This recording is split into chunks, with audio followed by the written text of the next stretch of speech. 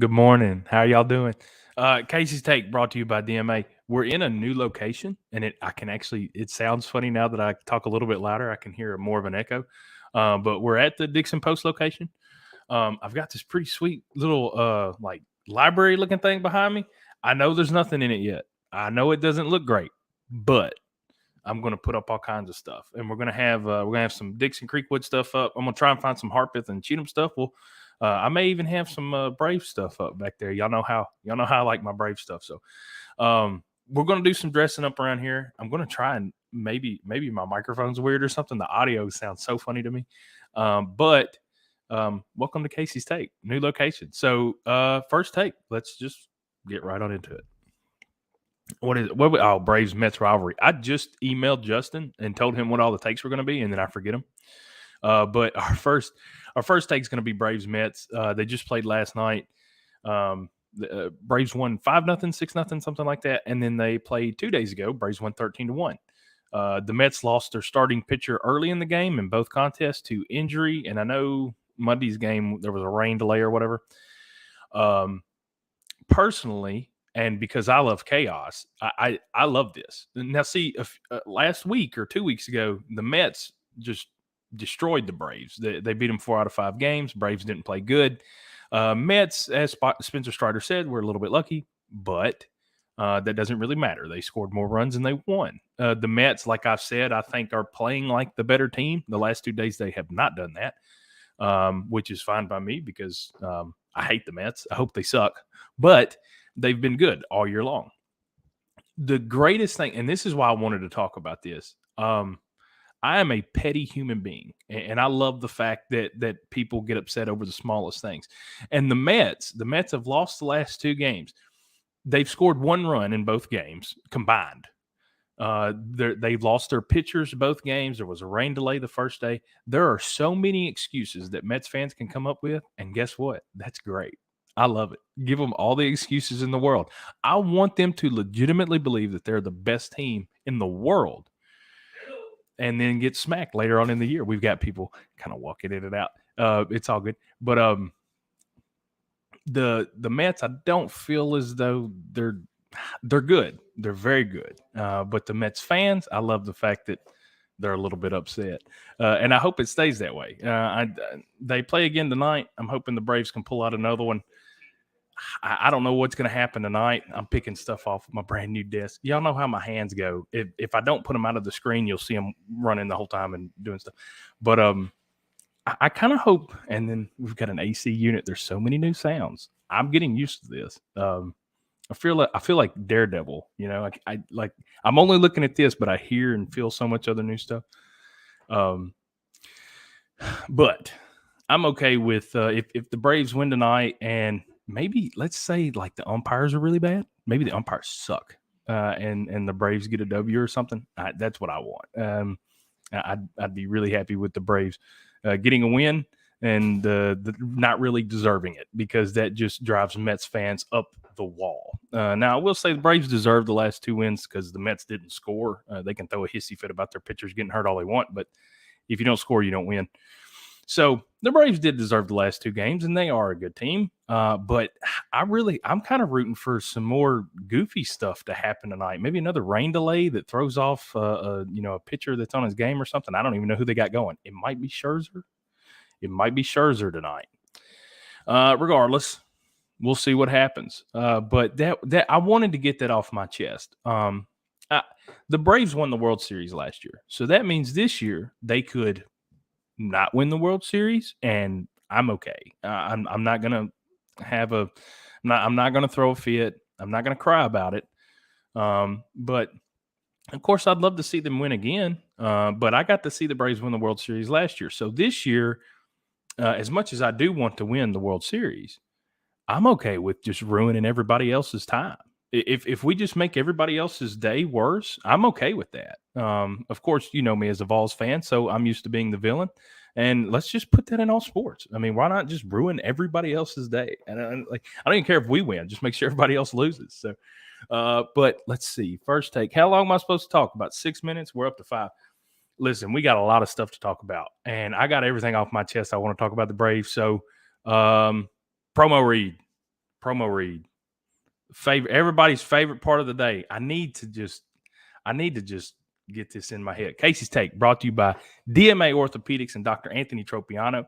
Dr. Anthony Tropiano provides patients with prompt, effective treatment using the best technology available and in a manner that is compassionate and understanding of their needs. Dr. Tropiano is a board-certified orthopedic surgeon. Call 615-441-4522 today. That's 615-441-4522. Let's go to break.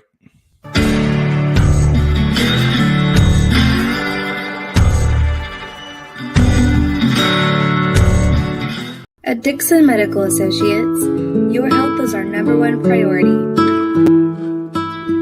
With over 40 providers, our goal is to bring excellent, convenient, and comprehensive medical care to our community.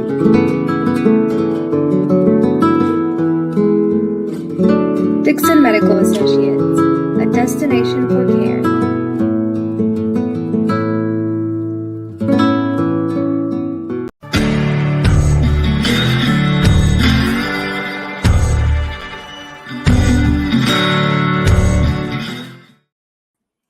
Do y'all like my new little intro thing? Justin made that. I really like it.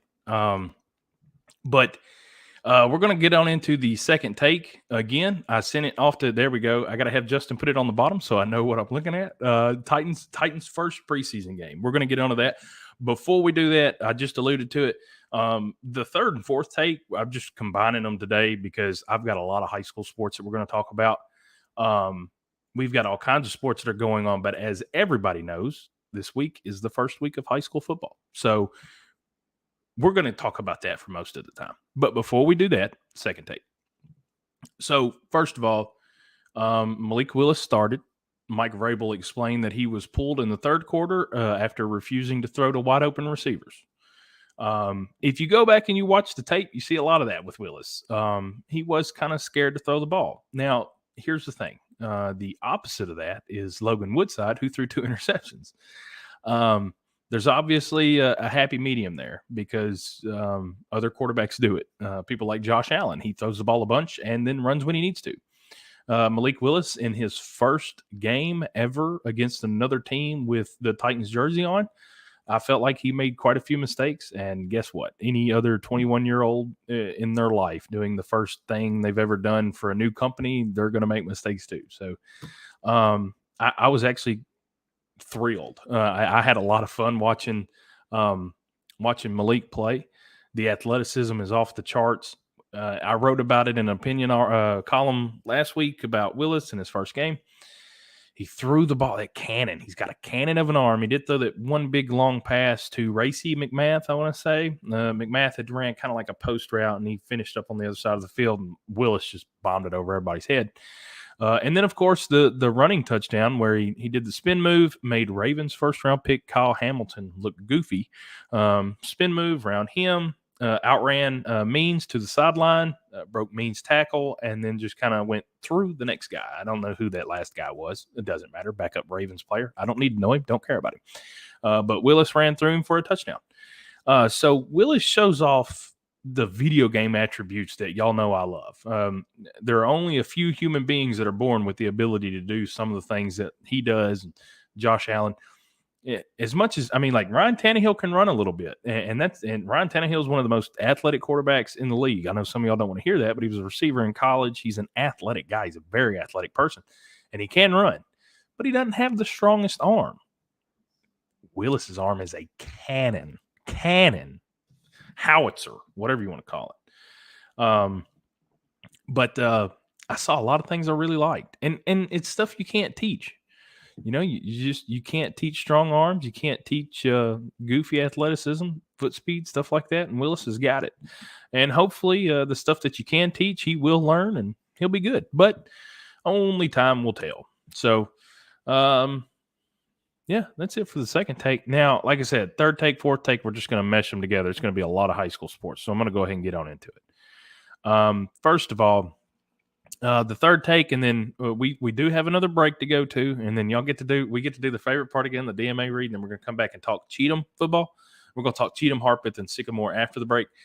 But here we go for the third take. We're going to talk Dixon Creekwood. I wrote Pick'em's article, whatever you want to call it, where I kind of explained who I thought would win. And I picked Creekwood to win 20-13. Creekwood's on a 3-game winning streak. Dixon's got a brand new coach. But, the more I think about it, man, Tomlinson absolutely loves to beat Creekwood. He did it a few times at Montgomery Central. And he did a really great job. Tomlinson did of rebuilding Montgomery Central and really turning them into a great team last year. They did have quite a few seniors, and they're losing them now. And so far, Montgomery Central's looked a little bit down because they don't have their coach and they don't have the 20 or so seniors that they had last year. But don't get it twisted. Tomlinson's a good coach, and I think it shows because he did build a program like Montgomery Central up to beat some really good teams. And they had the best record. That may be the best season that Montgomery Central's ever had. Now, I don't know anything about Montgomery Central lore or whatever. They may have a state championship or something, but Tomlinson did a great job. It's going to take him some time to do that with Dixon. I just don't see him coming in his first game that counts and beating a team that has won this game 3 times in a row, beating a team like Creekwood that last year was a down year, but the 3 years before that, they had all winning seasons. So, I'm going to take Creekwood because, like I said, I think the offensive line is something that's still kind of – I know last year it was an issue for Dixon when I looked at the depth chart in the roster and I saw quite a few new names up there on the front. I'm really hoping that those kids can come, figure it out and protect Lamberth and open up some running holes for Malachi Redmond and some of the other guys back there. But, again, only time will tell. But I think for this Friday game, I'm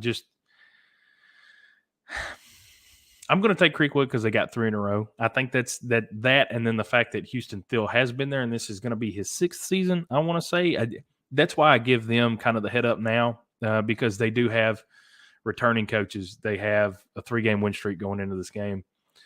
They had a really young team last year with only a few seniors, and now a lot of those younger kids are really going to be thrown into bigger situations, but they got some experience last year. Now, the experience wasn't great. I mean, I know they had quite a few rough games, Marshall County, Pearl Cone, some of the games like that. They played really well against Pearl Cone, but Pearl Cone's, a really good team, or they were last year. They're going to be again. But long story short, I do think that I do think Creekwood's going to win, but I'm going to be really excited. That's where I'm going to be Friday night. If you're there and you disagree with me, if Dickson County beats Creekwood, come up to me and give me a hard time about it Friday night if you're there. So come up and say hi anyway. Anybody watches this show or reads my stuff in the paper, come up, say hi. I'll be there. I'll probably be on the sideline. I don't want anybody to feel left out, so I spend one quarter on one sideline and one quarter on the other, and then back and forth. It is Dickson County. It's at Dickson County. I love being at Creekwood, don't get me wrong, but when it's at Dickson County, I do like to go visit the coach's box too, because there's quite a few characters up there that I like to go say hi to, some good guys that sit up there and hang out. So I may have to make a trip up there, and it's kind of like, how everybody is right before church starts, everybody's walking around shaking hands, saying hi. That's kind of what this is. It's a social event for a lot of folks here in Dickson, and there are quite a few people that don't want to talk to each other, but there are a lot of people that's going to be there that I can't wait to see. Some old I don't want to say coaches because I never played football, but teachers, some guys that I'd love to run into, and some old teachers and coaches, like I said, that may be around. So I'm excited. I'm looking forward to it. I got Creekwood winning 20-13. I think Dickson will connect on a long touchdown pass, and I think field goal kicker Aiden Cardona, he's going to kick 2 field goals. And I'm going to tell you why he's going to be good at kicking field goals. His father, Chris Cardona, is the Dickson Cougars and Lady Cougars soccer coach. If there's anybody on that campus that knows how to kick, it's going to be somebody with the last name Cardona. So I got Aiden kicking 2 field goals for the Cougars. I think Lamberth, he's connected on quite a few long passes. I think Ian Benura or maybe even Kate Pilkington, some of the older guys. I think one of those guys gets over top. I did see Creekwood give up a long passing touchdown, so I think Dickson can get one over the top, but it's going to be so hard to win at the line of scrimmage because Creekwood's really big, really strong up front. I think Creekwood's going to do their best and dominate the offensive line and the line of scrimmage in general. And they're going to run the ball. Creekwood's, if I had to guess, let's see, 48 total minutes in the football game. If I had to guess, I'd say Creekwood's probably going to own the ball for at least 25 minutes of that, maybe close to 30 minutes, because they're going to just have these really long drives where they just pound the ball on the ground, and just it's really demoralizing when you're a defense and they're getting 4 yards of carry, and before you know it, you've been out there for 6 minutes and the offense is just running down your throat. I'm not saying that's going to happen, but I know that's what Creekwood tries to do. So, Creekwood, 2 different words. I have to fix that. That was my fault. I did that. So I get fast with my fingers sometimes. But that's it. Is that the third take? I'm supposed to talk just a little bit longer, maybe. But I'm gonna go ahead and stop right there. But I am excited to get to the game. It's at Dickson County. I'm house sitting for my brother this week. Him and my other brother and some of their friends decided to go to the beach. He's got a house that's right behind Dickson County High School. I may not even drive to the game. I might just walk up to the field. That's how close I am. So I'm excited for the game Friday night. I know a lot of other people are around here. I've had kids on the bowling team come up to me and ask me if I'm going. And I'm like, of course I'm going. You know. I'll have people stop me at the gas station. They're like, "Hey, Casey, what do you think about the football?" You know what? I'm ready. I spend quite a bit of time just explaining where I'm going to be and what I'm doing, but I'll be there Friday, and I cannot wait. I'm super excited. Like I said, I think Creekwood gets the win, 20-13. I just made up a whole minute of blah blah blah for nothing. But we're gonna. My second break. Yeah, I get a break. Y'all get to watch commercials. These are good commercials. This is top tier stuff right here. All right. So y'all stay and watch this commercial. Come back and hang out with me for the last take. All right.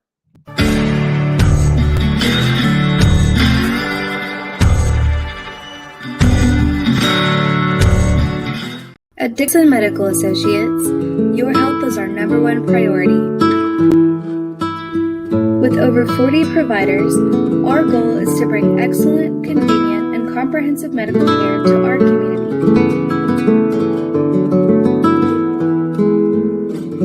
Dickson Medical Associates, a destination for care.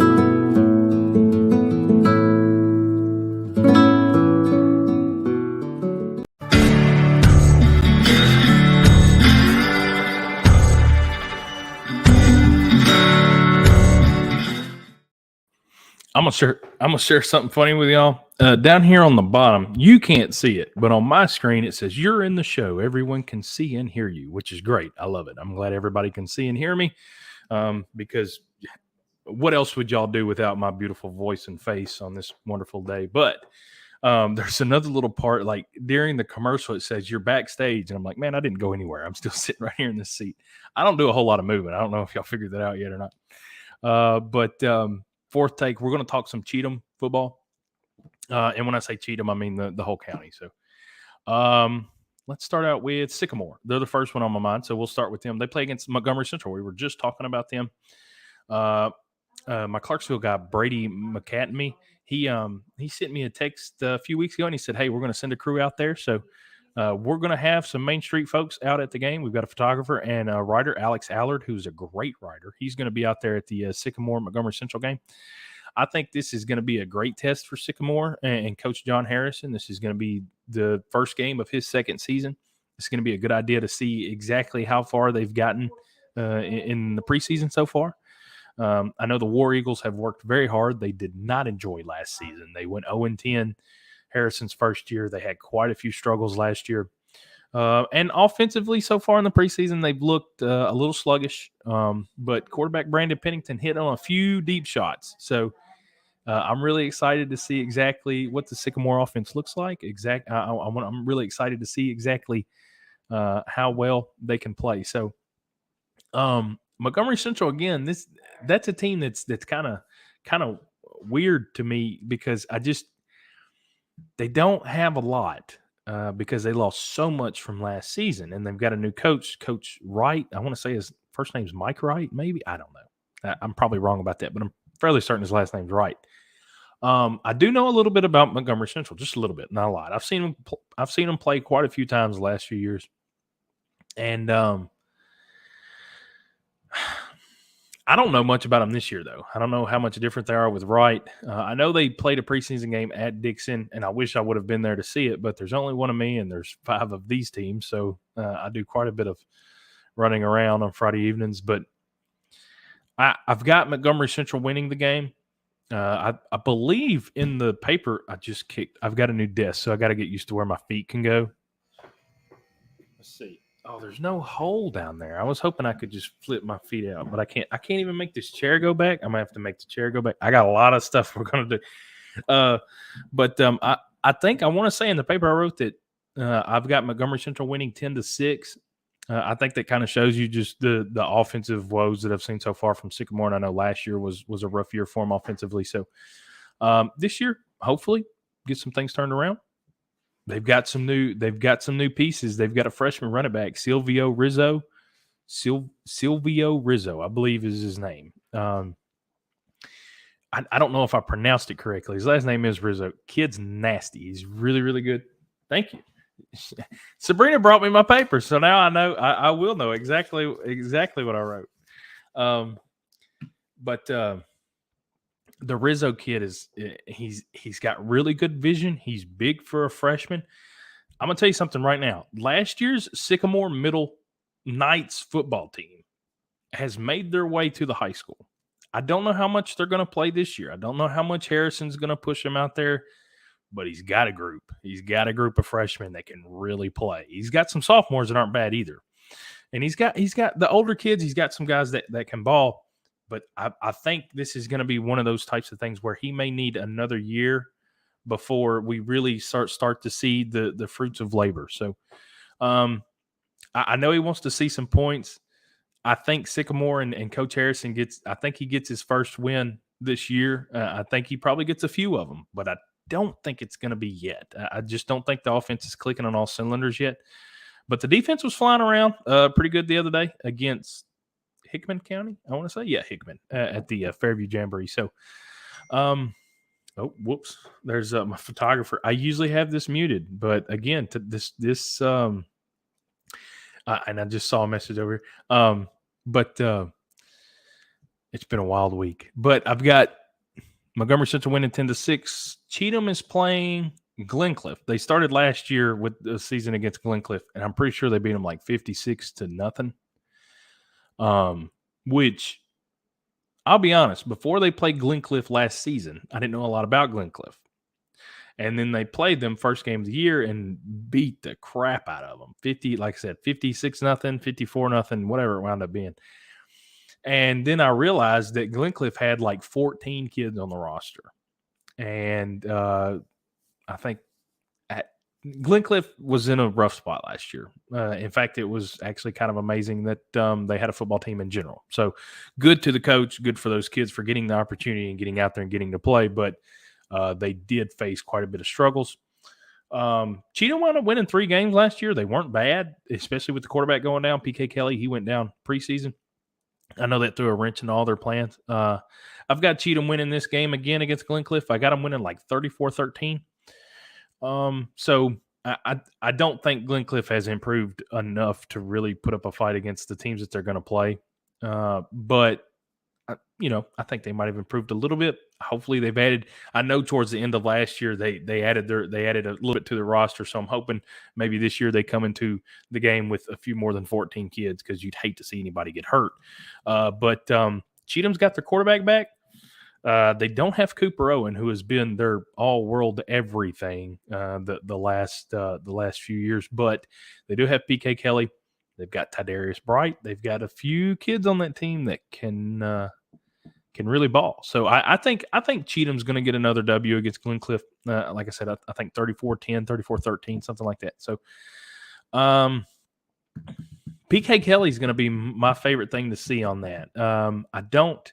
I do not yet have any confirmation that we'll have a writer or a photographer out at their game, but I'd really love to get a writer out there, because I want somebody to tell me exactly how this offense runs with a more of a stand-up quarterback. Kelly can run, but Cooper was definitely a option quarterback. He ran the ball a lot more than he threw it last year.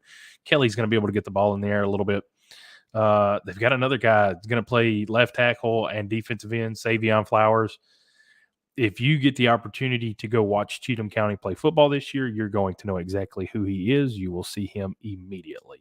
You won't know who he is when he walks on the field. He's a freak. He's got the size. He's got athleticism. A big kid, fast.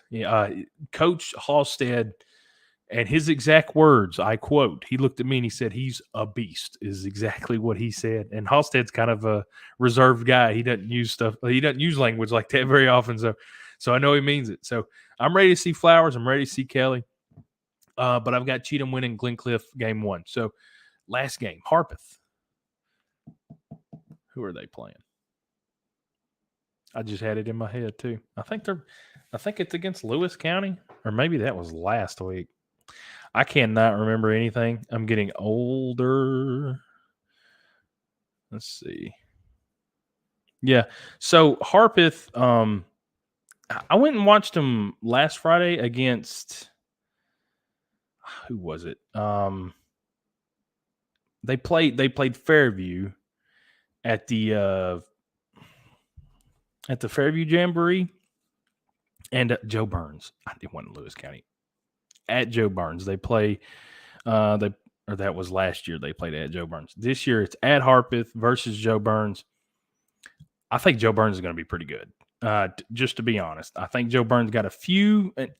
They've got a few pieces. They're returning basically the entire offensive line from last year, which was already a good spot for them.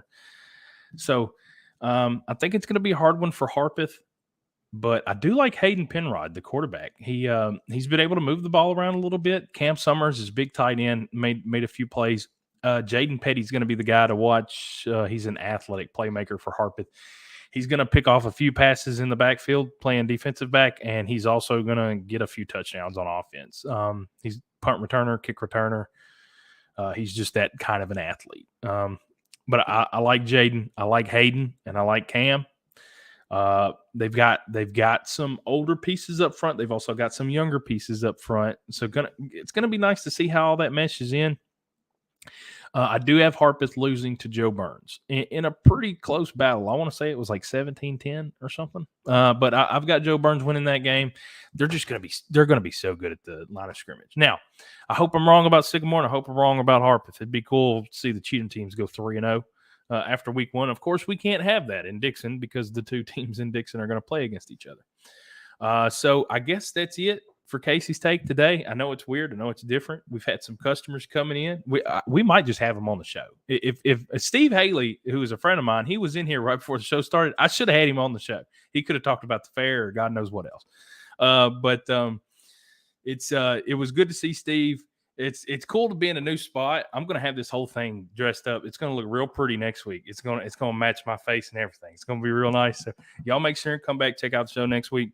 And like I said, if y'all are there Friday, come say hi to me. If Dixon wins, y'all make sure and give me a hard time. If you agree with me, if you don't disagree with me, come up to me, argue with me. I love arguing in person. I love doing it on the internet. It don't matter to me. Just come up and talk. So y'all have a wonderful evening. We've made it to Football Friday nights. So see you next week.